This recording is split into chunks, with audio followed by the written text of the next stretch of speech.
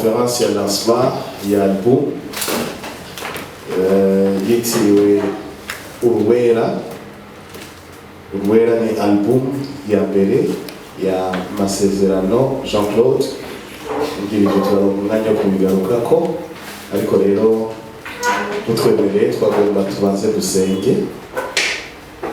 Nabizeye Imana kandi tuzi ko igikorwa cyashobotse kubw'Imana.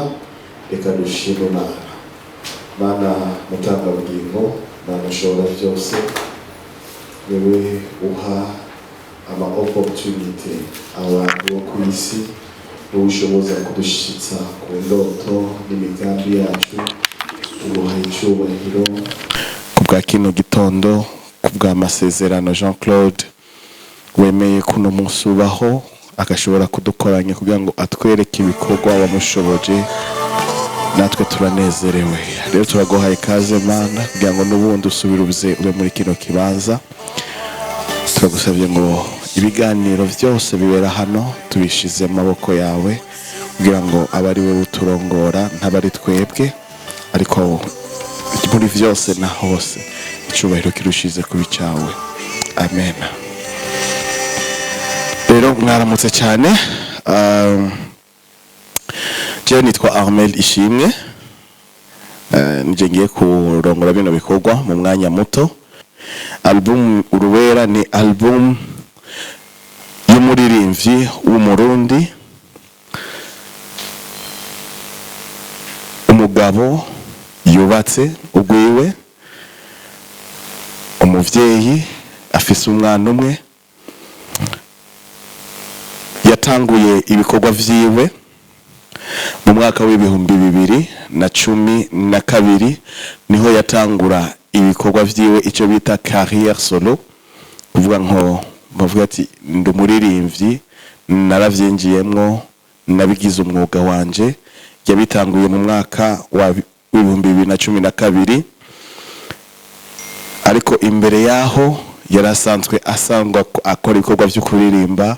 Ari umuririmbyi mu ishengero, akorera mu mashengero menshi atandukanye, ama evenement cyangwa ama concert menshi yarayakoze mu mashengero atandukanye. Ariko mu mwaka w'ibihumbi 2012 niho yafata umugambi wo kuvuga ati ibi bintu sinkwiye kubibandanya uku, ngomba kubifata n'ubuseriye bwose, abigira umwuga wiwe. Aho hari mu mwaka w'ibihumbi 2012. Inyuma yaho umwaka umwe gusa mu 2013 niho yatangura gusohora indirimbo yiwe ya mbere yitiriye ibikorwa. Iyo yayikoranye n'umuproducteur yitwa Mark Kibamba. Niho yayisohora. Hama inyuma yaho yarabandanije. Mu mwaka wakurikiye yasohoye indirimbo yakoranye na Dudu Niyukuri, indirimbo benshi bamenye, ari nayo yatumye benshi banamumenya gusumba, indirimbo yitwa Sinzotinya. Inyuma yaho yaciye akurikiza ko indirimbo yitwa Ni Muzima, ye naho benshi barayizi kandi benshi barayikunze. Inyuma ya Ni Muzima yaciye atwara umudari w'umuririmbyi w'umuhungu mwiza muri Pamoja Award, hari mu bihumbi 2017. Inyuma yo gutwara umudari yaciye asohora indirimbo yita Isengesho. Iyo ndirimbo y'isengesho iheze acashira ku indirimbo yitwa Mana Ndakubashe. Hanyuma akurikiza indirimbo yitwa Uri Imana, akurikiza indirimbo Ndagukunda. Ariko nyinshi muri izi mvuzo bwa nyuma ziri muri uru rukurikirane rw'izi ndirimbo tugiye kugira agiye gusohora. Yavuze ati hari izo bakunze sinozigumiza ku ruhande, aca zishira hamwe n'izindi nyinshi abantu batari bwumve, ashigira album. Rero nibaza yuko byinshi by'iyi album araza kubitubwira, kandi nagira ngo cye ndamuha kaze ntarinze kuvuga amajambo menshi kuko atari naje mwaje kumviriza. nagira ndamuhe iminota 5 atubwire ku muncamake ivy'iki gikorwa, hanyuma mu nyuma yaho turaza kubaha akaryo namwe kugira ngo muce kubaza ibibazo bijanye na kino gikorwa. Kazi. Imana ishimwe. Haleluya. Ubwanje numva nezerewe cyane kuri uyu munsi. Ndashima Imana mu buryo budasanzwe kuko iki gikorwa ndiko ndashira habona uyu munsi ni igikorwa kimaze imyaka itari mike kiko kirakogwa. Ni igikorwa natanguye mu mwaka w'2013 niho natanguye iyi projet y'iyi album UR'UWERA. Rero kuri uyu munsi nyuma y'iyo myaka 7 ndiko ndayikora numva fise umunezero udasanzwe.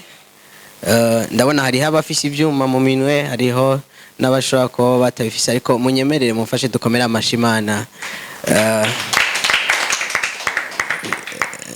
Numva nubanza guhicubahira Imana. Hanyuma nkuko umugenzi wanje Ahmed yatanguye abivuga, uyu munsi mfise umunezero udasanzwe kubw'iki gikorwa natanguye mu mwaka wa 2013. Akenshi womenga iyo myaka ni myinshi uri muri studio uri kurakora indirimbo 12 zonyene, mugabo byadusavye umwanya utari muto kuko ubwa mbere twifuza gukora ikintu ciza, hanyuma tukagikora mu buryo no kwita bwiza kandi bugezweho, hanyuma tukagerageza guhuza abantu batandukanye bashobora kugira ico bakoze ku album kugira ngo ishobore kugenda neza. Icambere novuga nuko iyi album yakozwe n'aba producteur babiri. Hariho Mark Kibamba, benshi baramuzi, amazigi atari kakorera ngaha mu Burundi. Uwundi benshi bazi ni Bashir, we wasanzwe ari ngaha nyene mu gihugu c'u Burundi. Urana ko muri album harimo indirimbo 12. Muri izo ndashaka kuvuga amatitre yazo. Hariho UR'UWERA, Mana ndakubashe. Iyi Mana ndakubashe nari naramaze kuyitanga mu bantu. Uri Imana urabereye umutima wanje, Mwami ndaje, uri Imana nyamana, ndamushima, ndagukunda. Ni ndagukunda nayo nyene nayitanze. Twashoboye gukorana n'umuririmbyi yitwa Tipe, muramuzi. Hariho Humura, hariho Vyagi, hariho na Ni Muzima. Iya mbere niyo yitirirwa iyi titre. Hanyuma mu bindi biriko nuko hariko abaproducteur navuze, harimo abamizishe batandukanye musanzwe muzi bashoboye kubikoramo nka Mark nyene, hari uwundi yitwa Emery, hariho Christian Kibamba batteur, hari witwa Shalom nawe nyene batteur, hariho Iva Badiste n'uwitwa Arnaud, hariho umugitariste yitwa Dieudonné nawe nyene ntari ngaha mu Burundi, n'uwitwa Arsène nawe nyene ntari ngaha mu Burundi, hariho Yoyo James. Yagizwe n'abantu benshi batandukanye, mbwa twagiye dusanga mu bibanza bitandukanye baba bari kugira ngo bashobore kudufasha dushobore gukora ikintu ciza. Hari abaririmbyi benshi novuga ko twakoranye. Hariho bamwe nashoboye kuvuga nka Christian imbere, benshi baramuzi. Hariho Christophe nawe nyene ntarino. Hariho witwa Ange Sifa nawe nyene ntarino. Hariho witwa Recho nawe nyene ntarino. Hari witwa Natasha na Keve Paul. Benshi ntibari ngaha mu bashoboye gukora muri iki gikorwa, mugabo ibi byose ndiko ndabyereka kugira ngo nerekane uburyo hari igihe uri kurakora igikorwa, hariho indoto uba ufise canke hari uko ukibona uvuga uti ndakibona caheze gisuku kimeze uku. Rero abamfasha kugira ngo ushobore gushika kuri ico kintu nifuza harimwo aba n'aba. Byasaba ko umuntu ashobora kubashikira kugira ngo ushobore gukora ico gikorwa ciza. Rero kubera iki Masezerano yagiye muri studio, novuga icambere nuko narumva ko muri jewe harimo umuhamagaro wo kuririmba. Hanyuma ica kabiri nuko numva ndafise ubutumwa ushobora gutanga biciye mu ndirimbo kandi bugashikira abantu benshi kandi bushikira abo bantu benshi uretse kubwumva gusa bukagira ico bukoze mu buzima bw'abantu. Hanyuma ica kabiri, nakuze nkunda umuziki cyane, nkurikirana umuziki yaba uwo Burundi canke wo hanze mu makungu. Narumva ko nanje shobora kugira ico nterereye kugira ngo umuziki w'u Burundi ushobore kugira aho ugeze mu buryo budasanzwe. Navyo cyo gituma twagerageje kurondera abantu batandukanye kugira ngo dushobore guhanahana ivyo vyiyumviro kugira ngo igikorwa nzotanga kibe igikorwa kidasanzwe, ubwa mbere gisengeye kandi kirimo amavuta, mu bwa kabiri gikoze mu buryo bwiza kandi bugezweho. Kuko kenshi ndakunda ko igikorwa wewe utanze ubwa mbere uba wagikunze kandi ukumva ko uri fier no kugitanga tangorane nimwe ibihari. Rero nibaza ko ivyo biri mu vyatumye shobora gukora muri ubwo buryo kugira ngo shobore gushika aho ngeze uno munsi. Rero iyi myaka 7 ntiyoroshe cyane kugira ngo dushobore gushika kuri iki gikorwa, kuko uretse studio gusa umuntu abakeneye kubaho, kuko twabifatanya n'ishure, hanyuma uretse n'ishure mu nyuma harinjiyemwo no kwifatanya n'urugo n'ibiki byo byose twagiye tubona Imana idufasha kugira ngo dushobore kuronka le résultat dufise uyu munsi. Rero uno munsi jewe mfashe micro ndashobora kwashyuha canke ndashobora kubwira abamenyesha makuru ko album yanje ni album iryoshe. Jewe bwanje yarangyoheye kandi cyane. Hariho abantu kenshi bahora bantemberera muhira baje baravuga nawe ko kenshi kudakumviriza indirimbo zawe. Navuga nti burya indirimbo janje vraiment nanje bwanje zirangyohera. Hanyuma uku kuryoha ndazumvana nibwo shaka ko tugabura n'abandi bantu, sangiza n'abandi bantu, shaka ko zishikira kugira ngo nabo bakire uburyo burimo, bakire na message irimo kandi zigira nico zikoze ku buzima bwabo. Igituma mvuga cyane cyane kuri iki kintu kuko indirimbo abantu ntibayikunda ubwabo, mugabo mwebwe amenyesha makuru nimwe mukundisha indirimbo umuntu, abanyagihugu canke ababakurikirana.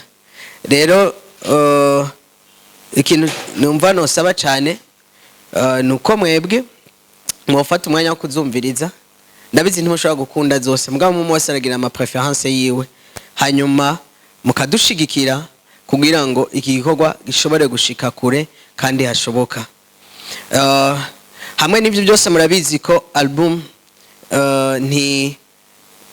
ntikogwa mu buryo gusa bwo kwicara hamwe ngo wandike indirimbo hanyuma utegura amahangement y'indirimbo, mugabo muri ibyo byose harakenegwa uburyo. Navuga nti hariho kuriha studio, studio ubwayo urayiriha, hanyuma abamizisha bakora muri iyo studio baza kuvuza izo ndirimbo bararihwa, hanyuma hagaza kurihwa n'aba bantu baririmba muri izo ndirimbo bararihwa. Ukaza gusanga rero ni gikorwa utovyuka mu gatondo ngo ucushoka ugikora.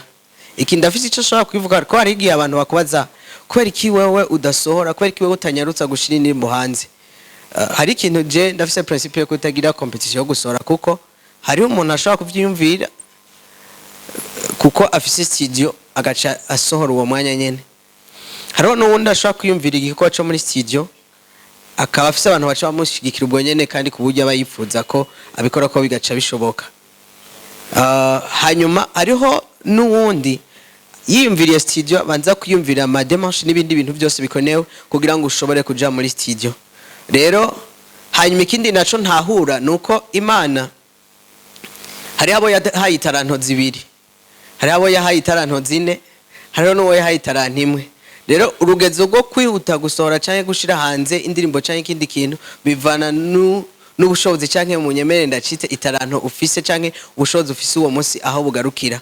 Mugabo no munsi ndashima Imana ko so igikorwa cize bwa mbere je vraiment sindababesha ndakinezererewe, kandi uyu munsi uri mu minsi novuga nti mu buzima inezereye cyane cyane kandi cyane gose. Iretse gushikira gusa umunsi nagiriye ko mariage, mugabo gusa ndanezerewe cyane. Ego rero nibaza ko mu ncamake shatse kuvuga ukuntu album yagiye igenda nahigeze uno munsi, naho kandi numva shima Imana cyane ku gikorwa cyakoretse. Hanyuma iyi album kugira ngo ishobore gushika hano jewe nyene ntavyo nari kwishoboza, twagiye tubwira abantu batandukanye bagenda batuba hafi bakadushigikira. Murashaka kwibaza ati kubera iki ujya yicaye hafi yiwe? Kubwanje ni nk'umuvyeyi wanje kandi arimo mu bantu bashigikiye iki gikorwa mu buryo budasanzwe. Kimwe navuga mu buryo budasanzwe harimo n'uburyo yaragishigikiye mu buryo budasanzwe.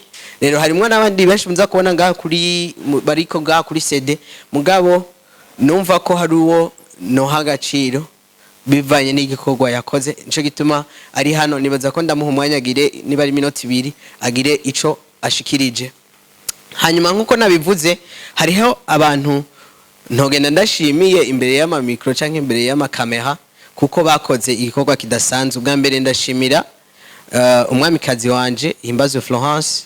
Hanyuma ndashimira cyane mama wanje ambyara kuko papa namubuze nkiri muto muri 2000 nasigaraye umuvyeyi mama. Rero novuga ko burya iyo ugize indoto abavyeyi ntibayitahure bakaguma bakuzibira, haragera igihe ukabiheba. Je ndibuka ko kera ntaratangura kugira ivyo kuririmba narakunda gucapa, kandi umuntu yashigikira yari papa, yarampa ibintu vyo gucapa. Umunsi umwe nicaye mu ishure ndacapa umwigisha yicaye ku meza ndamucapa tereke, mugabo acarankubita ku ntoki inkoni kugeza intoke zivyimba, naciye ndabiheba. Gwera ico gihe sinasubiye gucapa ko babona ko menga ibintu bidakenewe. Peresite ko nabikoze mu mwanya utariho, mugabo byarantumye nca numva ko ndavyanse ndabiheba.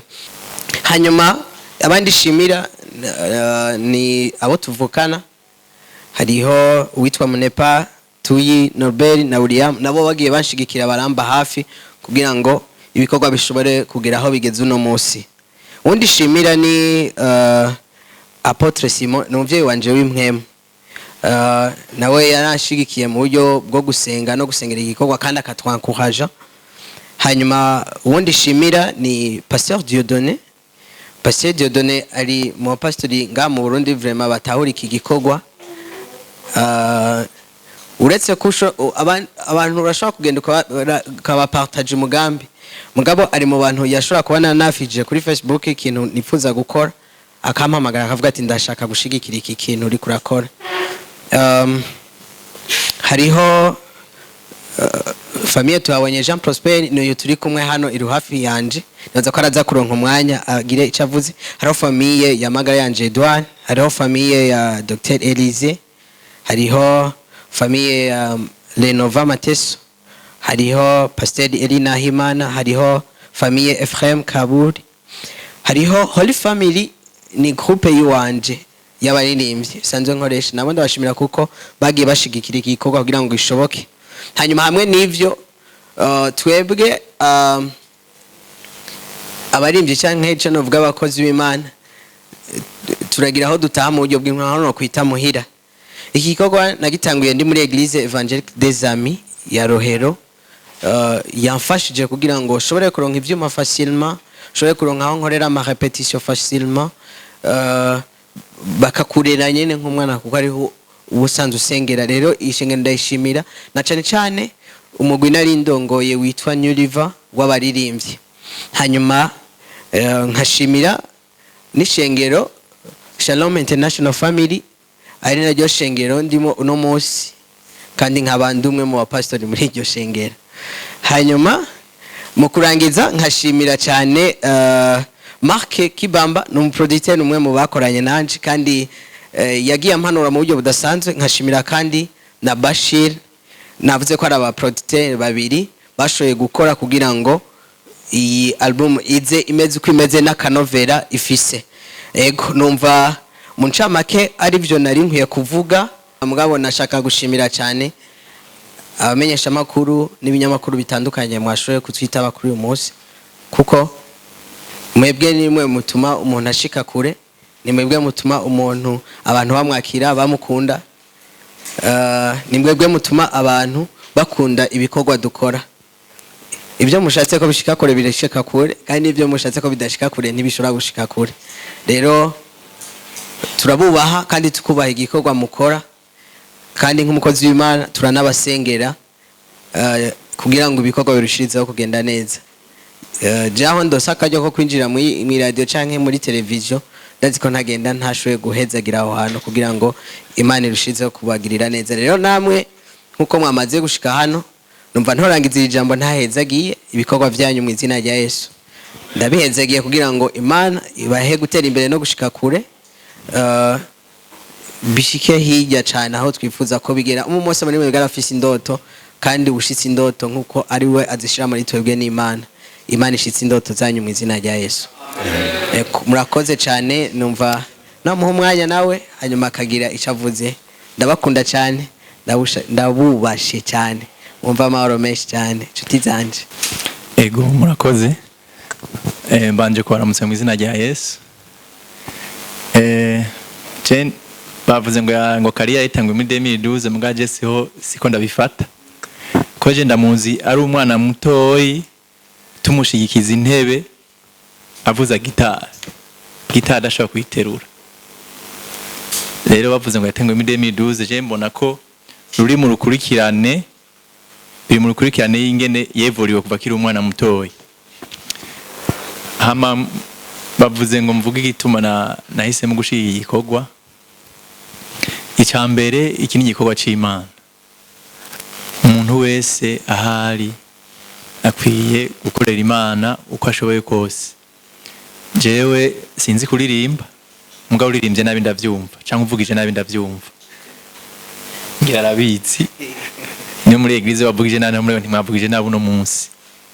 Kugishigikira rero nabonye ishaka afise akiri muto kwinvestisa mu bintu kenshi abajene turakunda kwinvestisa mu bintu tusha turonkamwe amahera ubwo nyene, ariko wewe acarahitamwe kwinvestisa mu bintu atamahera ari kararonkamo. Hama ikindi naco ndaraba n'umutima w'Imana afise gukorera Imana. Cyandavuga n'umuntu akwiye gushigikirwa kubera akora ibintu naje ntashoboye gukora. Hama cyanahitamo kumushigikira kandi yarankundiye. Gusa hariho bamwe badashima kubashigikira uko ubungana baba kugeza ku bintu byinshi, kandi ashima ko yashimye n'ingena mushigikiye nkuko naringana.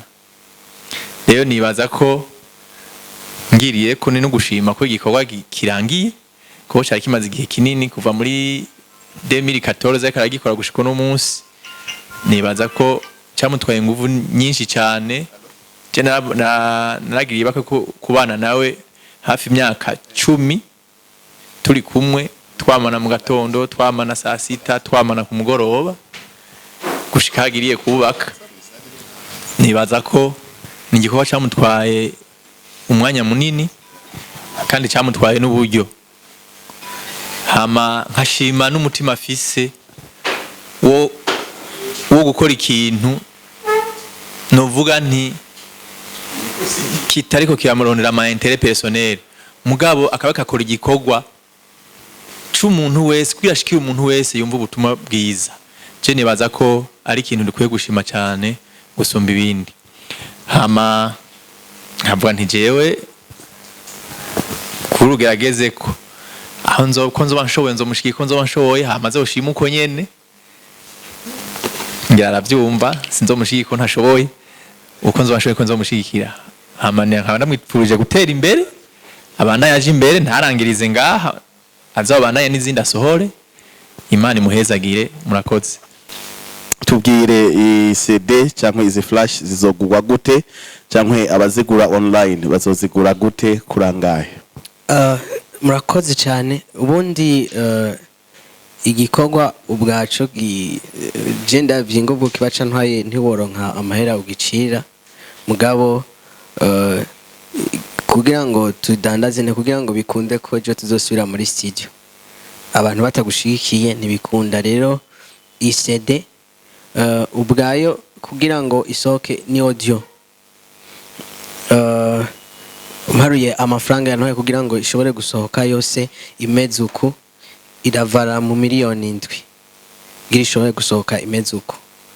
Ego igikorwa cyose album yose ko indirimbo imwe nayikorera kuri 350,000 hanyuma umumizisyo wese umusanze ahari atari ngaha mu Burundi ntakorera munsi ya 50,000 hanyuma indirimbo imwe ucwarura abamizisyo babarimo harimo aba pianiste harimo aba batteur harimo bassiste ucwarura amahero wamuhemvye hanyuma usotse igihugu ntuharura gusa ko udafungura wawideplashije abo bantu bazanye muri studio barafungura bari deplace ibi byose nibikorwa byose biba byakorekeye muri studio rero si ikintu uvuga ngo ni ikintu usore no munsi byagusabye ingufu nyinshi cyane kugira ngo ico kintu gishobore gusohokana gifise izo nguvu zose rero CD kudushigikira umuntu arashaka kwigura amafaranga yose yipfuza muga no munsi umuntu dushatse kwimuha turayimuha ku 220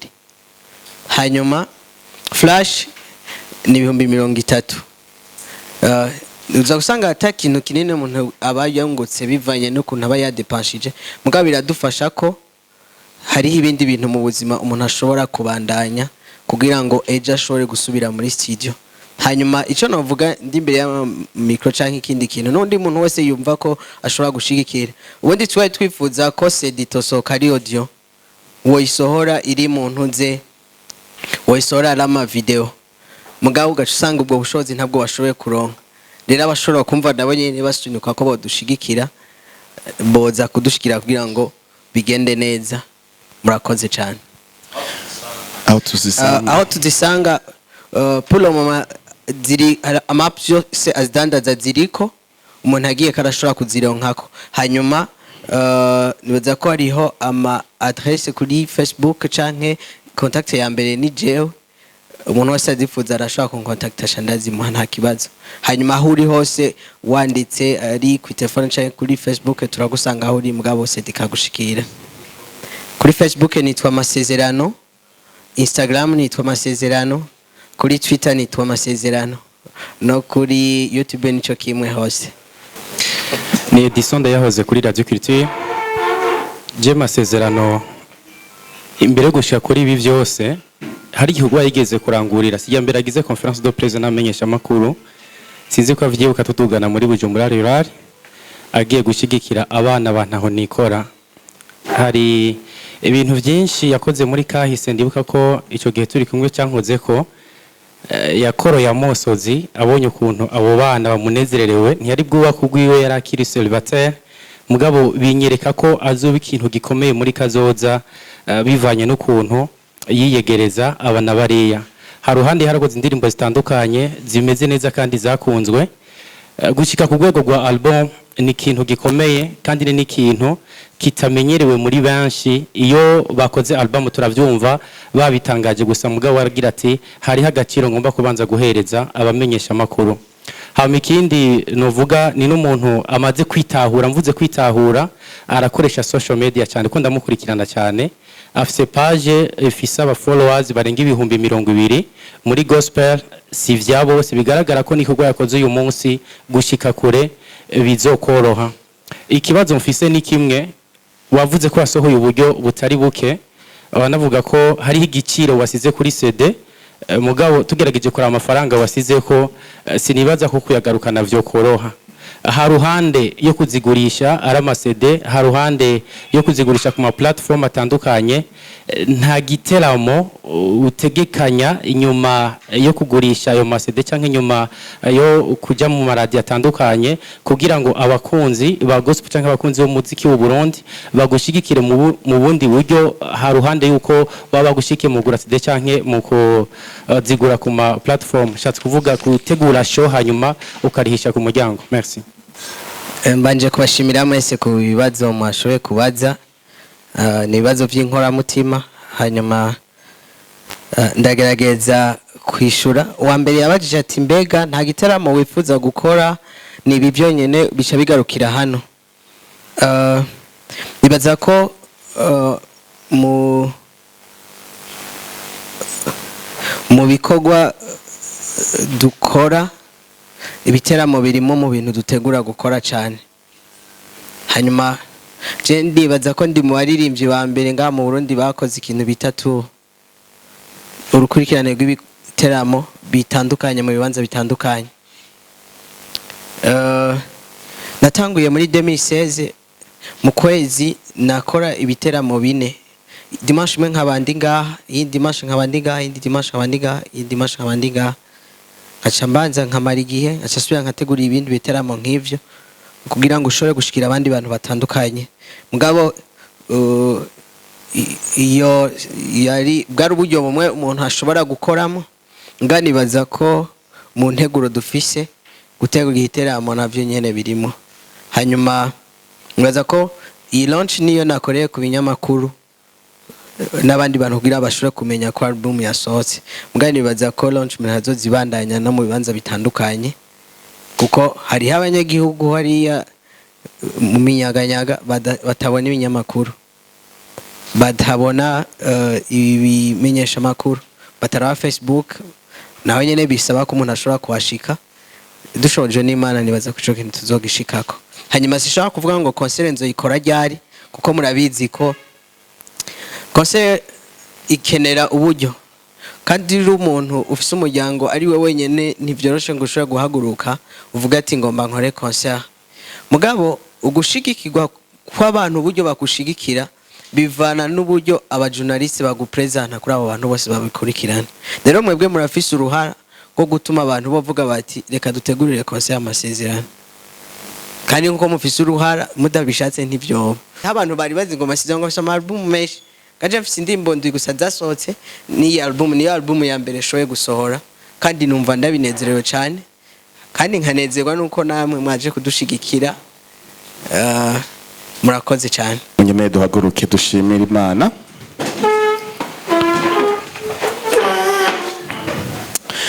Mana turagushimiye kubw'iki gikorwa, tugitangura twakigushize mu maboko kugira ngo kirongore, kandi tugushimiye ko bigenze neza.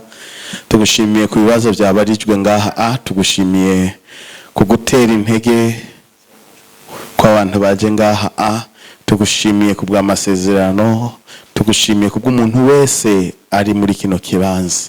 Reka rero Mana ushirize kubana natwe, ivy'iki gikorwa ico bizokora wewe ubifisemo uruhara runini cyane. Ni naco gituma tuguhamagara Mana kugira ngo uze ube muri kino gikorwa. Album yabaye lancé, kandi ni wewe wo gutuma ishika kure, ni wewe wo gutuma indirimbo ziriyo zikora ku mitima ya benshi, zihindura ubuzima bwa benshi. Rero turaguhamagaye nk'Imana ngo uze usubire ushigikire kino gikorwa gisigaye. Reka rero ubane natwe mubiri imbere, kandi turakwiragije aho tugiye kuva hano hantu ujyane natwe, tuzigame n'abajournaliste baje ngaha, aturasengera ngo igikorwa bakora urushirize kubahezagira, urushirize kubagirira neza, urushirize kugurura imiryango itandukanye y'akazi kabo, ubane nabo, utuzigame rero aho tugiye gutaha mu majana mu maza. Turakwiragije ubane natwe uzobukoze, n'izina ryawe ryera. Amen.